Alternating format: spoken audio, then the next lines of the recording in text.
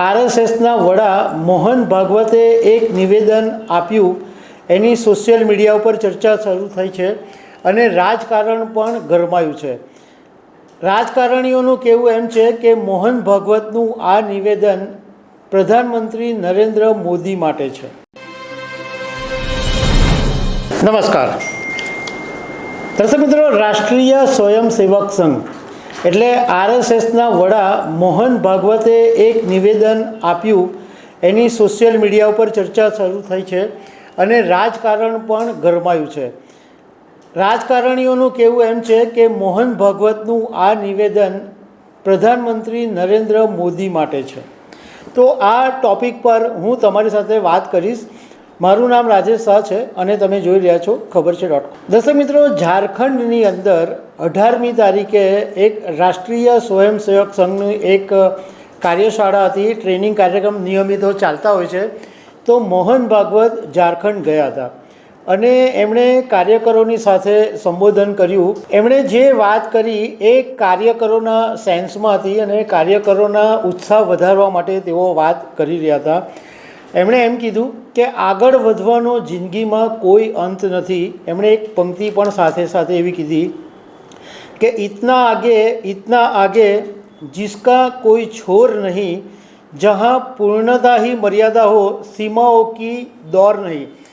એમણે એમ કીધું કે ઘણા લોકો એવું માનવા માંડે છે કે એમની પાસે અલૌકિક શક્તિ છે, એટલે પોતે સુપરમેન છે એવું માનવા માંડે છે.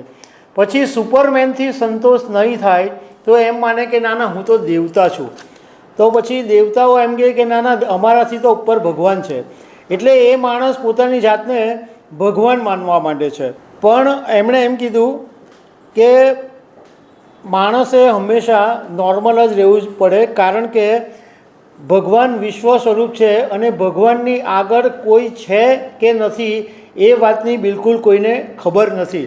એટલે માણસે હંમેશા નોર્મલ રહેવું જોઈએ અને બહાર અને અંદર બંને જગ્યાએ વિકાસ કરવો જોઈએ અને વિકાસનો કોઈ અંત નથી એવું માનવું જોઈએ.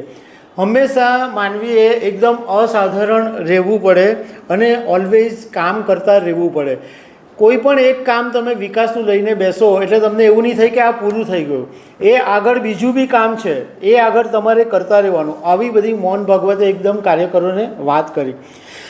પરંતુ આ નિવેદનને કારણે રાજકારણ ગરમાઈ ગયું અને કોંગ્રેસના નેતા જયરામ રમેશે ટ્વીટ કરીને એમ કીધું કે આ જે મોહન ભાગવતનું નિવેદન છે એ અગ્નિ મિસાઇલ છોડવાના જે સમાચાર છે એ પ્રધાનમંત્રી નરેન્દ્ર મોદીને મળી ગયા છે. એટલે ઘણા બધા લોકો એવું માને છે કે હમણાં છેલ્લા કેટલાક સમયથી, ખાસ કરીને લોકસભા 2024ની ચૂંટણી પછી રાષ્ટ્રીય સ્વયંસેવક સંઘના કેટલાક નેતાઓના જે નિવેદન છે એ ભાજપની વિરુદ્ધમાં હોય એવા લાગે છે અને કેટલાક એવા ક્લિયર કટ બી છે કે ભાજપની સામે એ નિવેદનો આપવામાં આવ્યા હતા.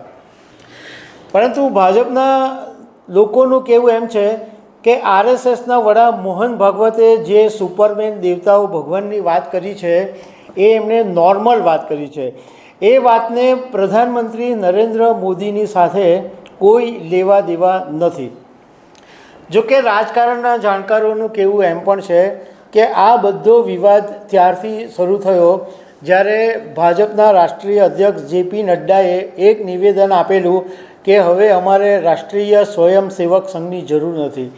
અને એ પછી લોકસભા 2024ના જે પરિણામો આવ્યા એ પછી આરએસએસના ઘણા બધા નેતાઓએ એવા નિવેદન આપ્યા કે અહંકારમાં જ આવી ગયા છે ને આમ ને તેમ બધી ઘણી બધી વાતો કરી છે. કારણ ગમે તે હોય, અત્યારે આ જે મુદ્દો છે એ સોશિયલ મીડિયાની અંદર ચર્ચાનો વિષય બન્યો છે. તો દર્શક મિત્રો, આવી અનેક વાતો સાથે અમે તમને મળતા રહીશું. Thank you very much.